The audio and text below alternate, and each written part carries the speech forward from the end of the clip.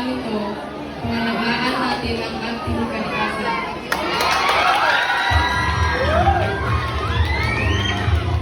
Thank you very much, Maryland Female Candidate number 3. And now, please welcome Maryland Female Candidate.